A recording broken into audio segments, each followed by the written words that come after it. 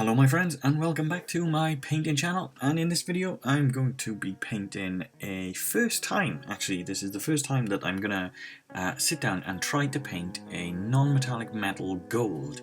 So this is the first time that I've ever sat down to do this, and while I was sort of practicing and doing this painting, I thought I'd video it just so that you guys could follow along in case it turned out that it worked out quite positively, or if I made any mistakes. I thought it would be quite good that I could pass on some of the mistakes that I've made so that maybe you guys, when you're learning, might not make the same mistakes.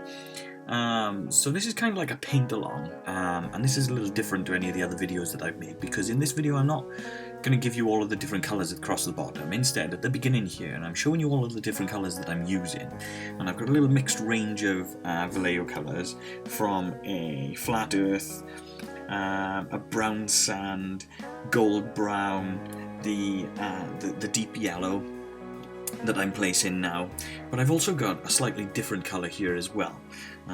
Whereas I've recently bought the AK Interactive Pastel range, which I'm going to do a little review video on in another video as well.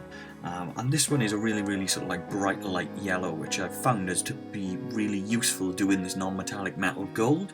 And I'll show you sort of how that works a little bit later.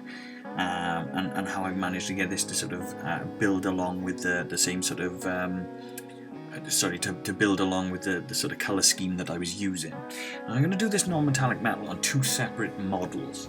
They're not models as such, but just parts of the model. So for the first one I'm using a Blood Bowl token, and the second one I'm going to try and use a Dwarven Axe. And what I've done is, because with non-metallic metals, you can see how important it is to mix those colours together. Getting the right colours and mixing them so that you get those really lovely blends seems to be the most important point. So this is why I've showed you putting these into my wet palette. Now the wet palette is great for keeping the paint wet and movable and things like that. So as you can see, I've built my colour transition from the darkest to the lightest.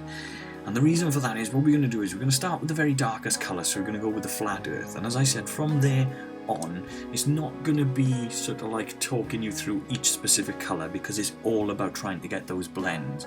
And from what I can see and from doing this now, it seems like learning how to get those blend in together and sort of like building up to the high contrast lights from the darks and things like that. That seems like something that takes a little bit of practice. So this is why I'm using separate models at the moment.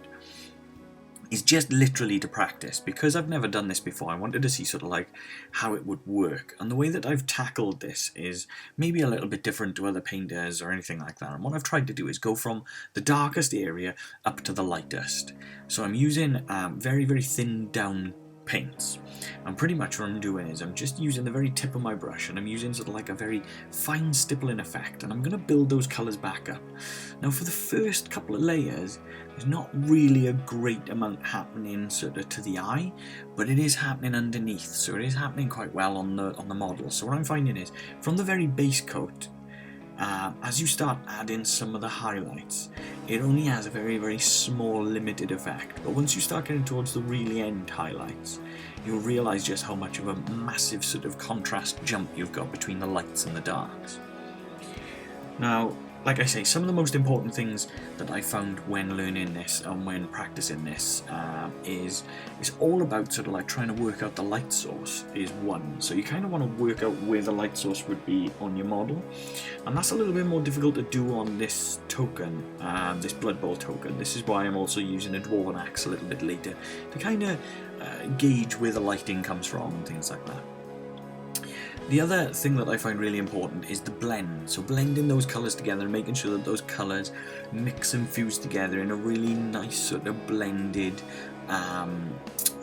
sort of like cohesive pattern. So you don't want one colour to stand out more than another, you want these colours to blend through in a nice seamless pattern. And thirdly, I found that it's really important to work on very thin coats. So not normal thin coats, but like coats that are a little bit thinner than you normally thin down, because this way, as they dry, you can always add more layers and it's still not losing any detail to your miniature. Because with this, doing the building these layers up and building these highlights up, by the time we get to the end of the model, I probably would have done about 10 different coats. So you don't want these to be really thick paint layers, otherwise you're going to be removing some of the detail. Something to remember as well with your paints is when you apply them, especially when they're wet, they do look lighter than they dry. So sometimes when you're painting these little areas up, it might look like it's really, really light, but actually it's going to dry down a little bit darker as well. So this is why it's important that I found to do these sort of middle layers and these middle tones. Although they don't make a massive jump or look really non-metallic to begin with, as you go further and further through building these tones and building these highlights, you will notice then that it starts to stand out a lot more. So what I'm doing with this one is, as I've built up some of the main brown layers to begin with, so I've built up like a lighter area of the brown, I'm then starting to get into a little bit more of the yellow tones. So as you can see, again, it's very thin layers that I'm using, very thin paint. And again, I am still using the very tip of that brush, and I'm just stippling this paint into where I think the lighting would shine the most. So across those little feathery points just across the top, what I'm trying to do is I'm trying to use the highlight and the yellower tones more towards the edge, whereas I keep the browner and darker tones more towards the inside. Again, this is something that will require a lot of practice, and as I said, this is the first time I've ever sat down to do this. So I just wanted to share with you guys sort of like how I've managed to get over some of the obstacles of trying to work out where the lighting is and things like that. And it just seems like a lot of going over the same sort of areas multiple times just to build that highlight. So the more layers that you put on, the more that you build in that tone, the more you build in that highlight, the more that certain areas will stand out. Obviously with the coin, this is a little bit more difficult to show you. So I'm only going to do about half of the coin anyway, just to kind of give you an idea as to how I'm building this up and how extreme it starts to get a little bit further on. Now you can see now that we've started adding that yellow tone in, we are starting to get a little bit more of that vibrance and a little bit more of that colour coming through. And again, I'm just trying to use the very edge of the brush, just so that I've got the most control possible while doing this.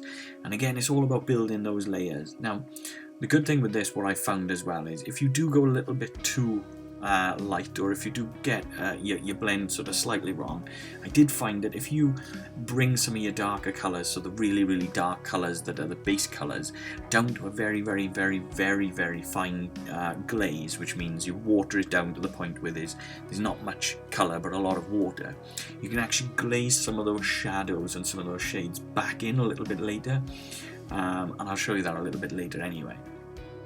So there is room for slight little bits of error and things, but it is something that really does take a bit of practice.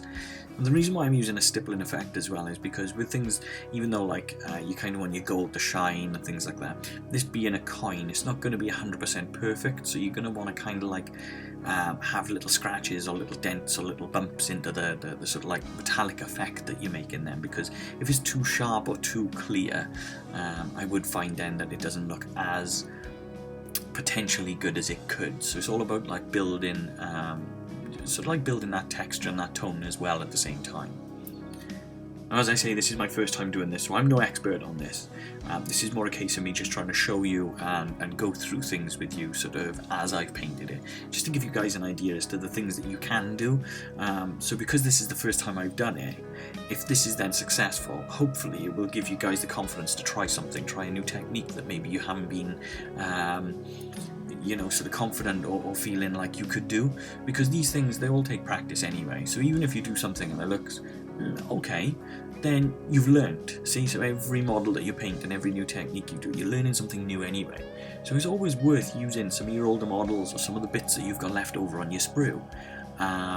Prime them and try some techniques, try something different, up your game, up your skill set, learn different things all the time, because it's always worth trying something different. Even if it's a style of painting that you're not overly fussed on and something that you don't enjoy, you might learn something about sort of thinning your paints or blending your colours together just purely by trying something that's a little bit more out of your comfort zone.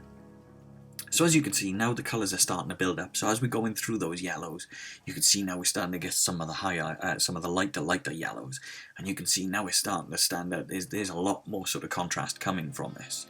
Now I'll be honest, you can build these layers up as much as you like, and what I found made the biggest difference is when you reach the extreme contrast. So the extreme highlight towards the end, when you're reaching the really, really light sort of pastel yellow and your whites towards the very, very end. That's what makes the biggest difference and the biggest impact to this, because when you compare those extreme highlights to the extreme sort of shadows where the brown is still settled in sort of like the darker areas in between the eyes and the nose of this coin and things, you will notice just how much of a jump up that is. And as you can see, I'm just going over the same areas and just trying to control where my paint is settling as much as possible. I'm using an older brush at the moment for this stage, and it's sort of split halfway through, so I had to swap back to one of my more fine detail brushes because I didn't want to sort of ruin all of the hard work that I've done by layering up to this stage anyway. But going back to what I was saying about trying different things and trying different techniques and all these different things, it is hugely important that when you're painting that you don't want to just get caught in doing the same thing all the time. It's nice for you to try different things because sometimes, even if it doesn't work, at least you've tried. And it's all about like sort of enjoyment for me. So I enjoy painting loads and loads of different kinds of models. I like painting different models from different games, different colours on different models. I like trying different things. Skin is one of my favourite things to paint. I know a lot of people hate it, but the reason behind it is because when you get the skin just right, it's so rewarding and it looks so fantastic on your model that it's worth spending a little bit extra on. So doing something like this non-metallic metal may seem like it's a big job and it's a lot of work and there's loads to do, but actually when you look back at it, it's quite rewarding because when you get it just right, or when it catches right, it does look incredible. So this is what I meant by the extreme sort of contrast. So now that we hit in some of the really sort of pastel yellow, some of the really light yellow, you can see just how extreme this is now standing off in comparison to those darker tones that we had right at the beginning. And this is really starting to make and build that tone between the lighter and darker. So this is what's kind of creating our sort of non-metallic shine, if you like.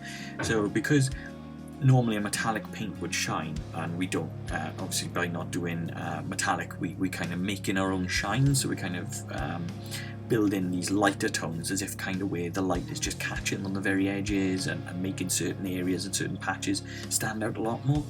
And this is kind of what's going to give us that illusion of a shiny surface then. As you can see, I'm just following around and still continuing to do all of these different bits that like highlighting on the very edges and the very tips and things like that. So with the yellow starting to dry down a bit, or with the yellow drying down a bit, now I'm using the very extreme. So I'm using like a really sort of white with a tiny dot of that pastel yellow colour in there. Like I said, I'm going to be doing a review on the pastel colours as well at some point because they are really nice colours. I've never used AK Interactive paints before, so it'll be nice for me to sort of show you sort of the results that I've got out of them as well. And I'm just using as much sort of lighting as I can now just to really build those edges.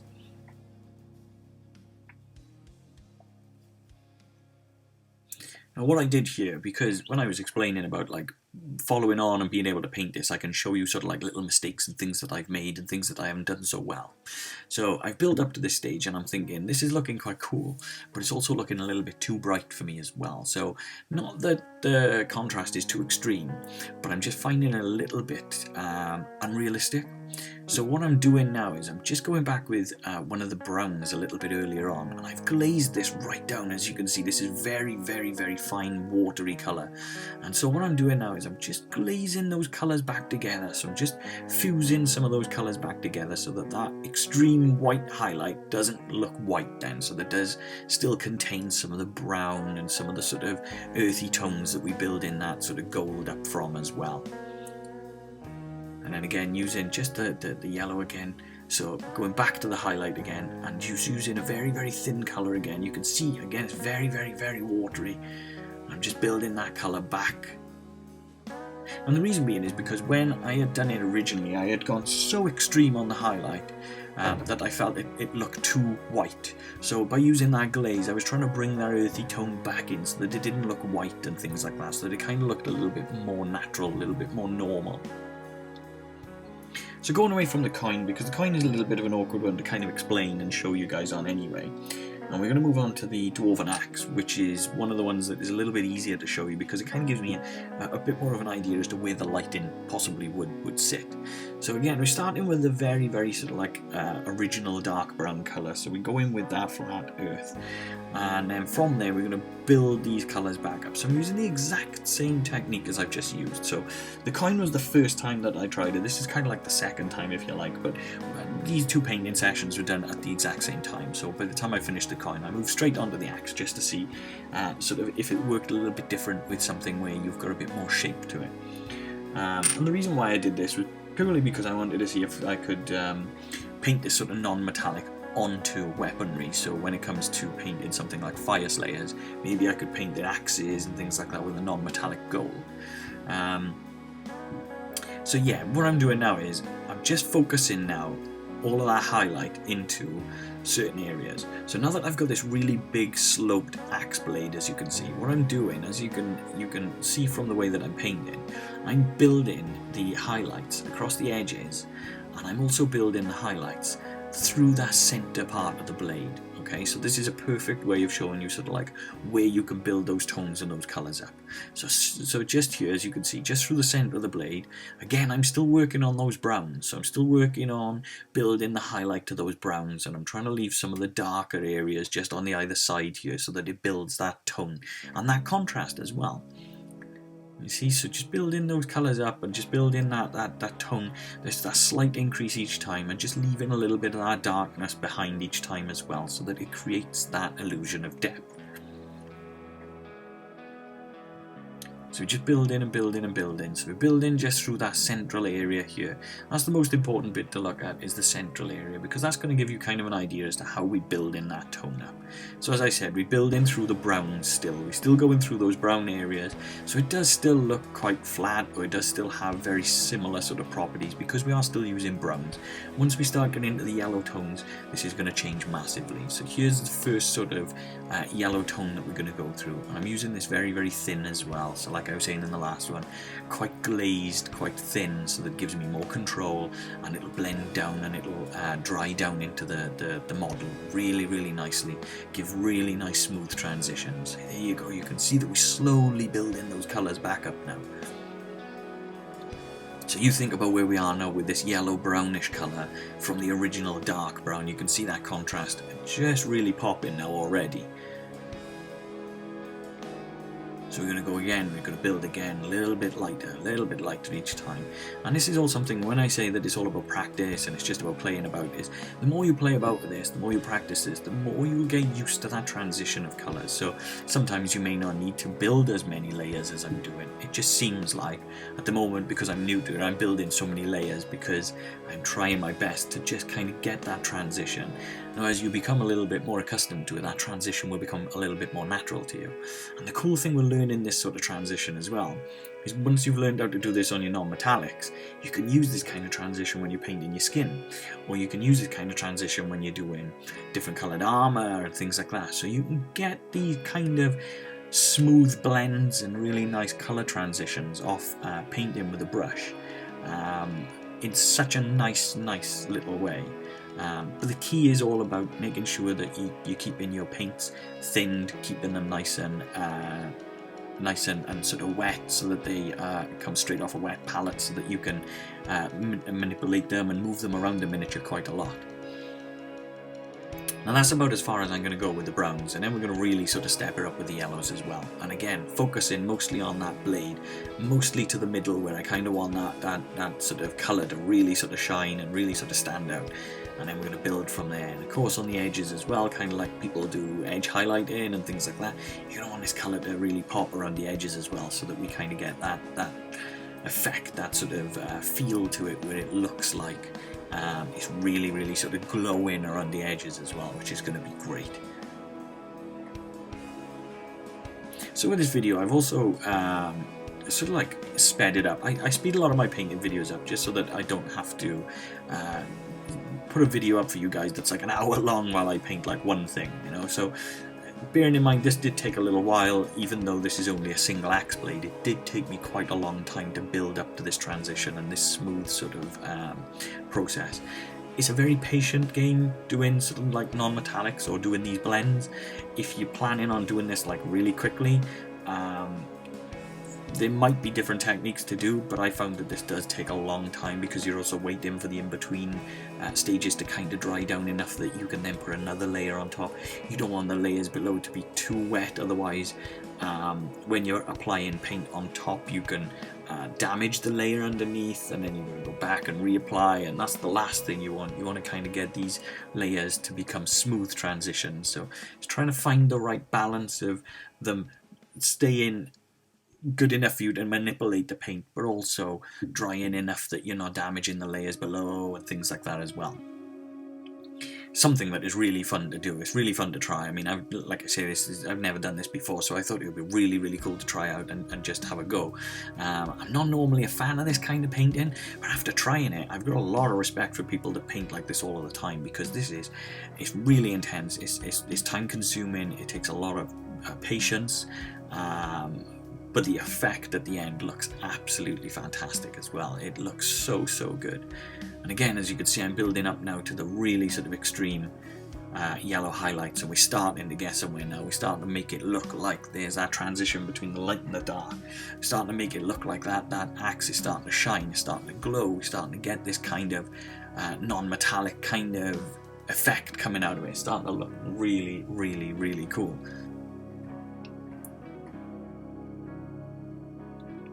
And the key, like I say, and the trick to get into this stage is literally just to keep on building those layers.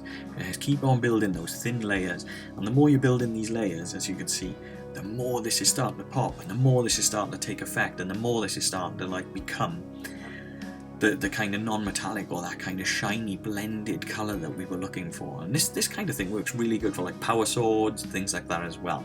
But I'm going to do a little tutorial on power swords another time, because I practiced one of those the other day and the technique is a little different. Similar sort of thing with blends, but there is a different way of doing it, and I'll show you guys a different time anyway.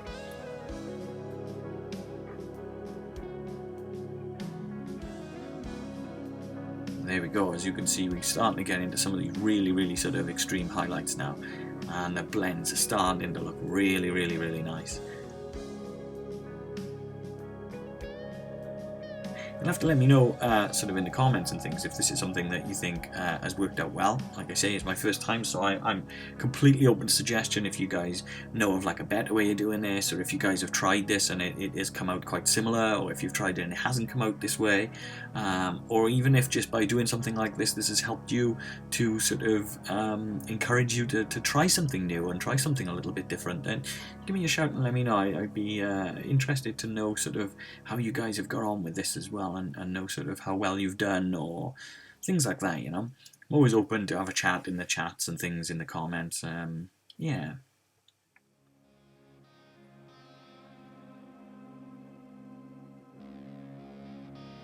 Now you can see as we're getting more and more towards the end, this blend is becoming really nice. There we go. So the highlight blend now towards the end is starting to look really, really good.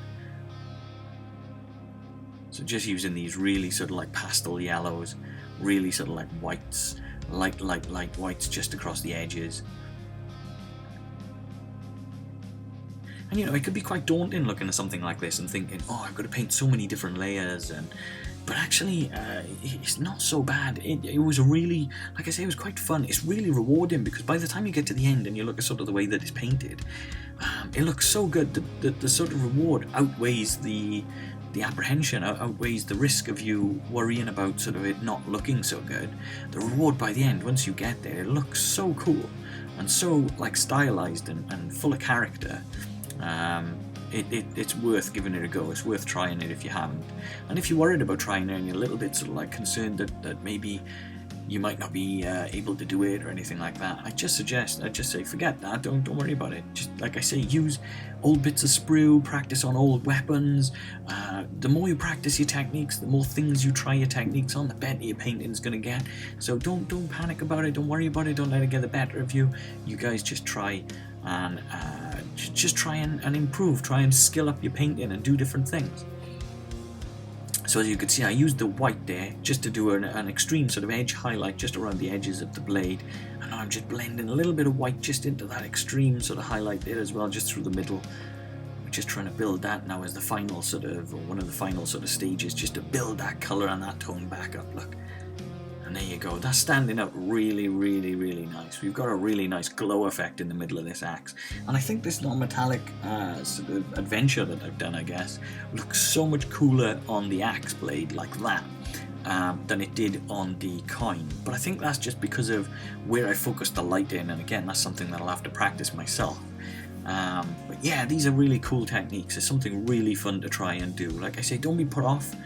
Don't let these things get the better of you. Don't let don't let it stop you painting. It's always good to try new things. It's always good to upskill and have a go and learn new techniques and things. So yeah, so as I say, let me know in the comments what you think, guys. And as always, thank you so much for watching.